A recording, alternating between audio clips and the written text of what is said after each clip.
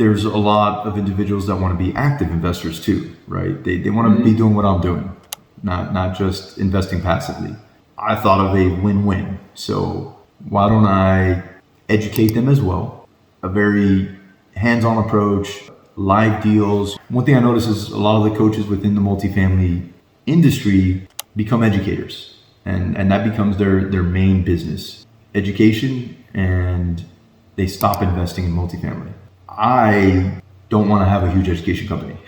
That is not my goal.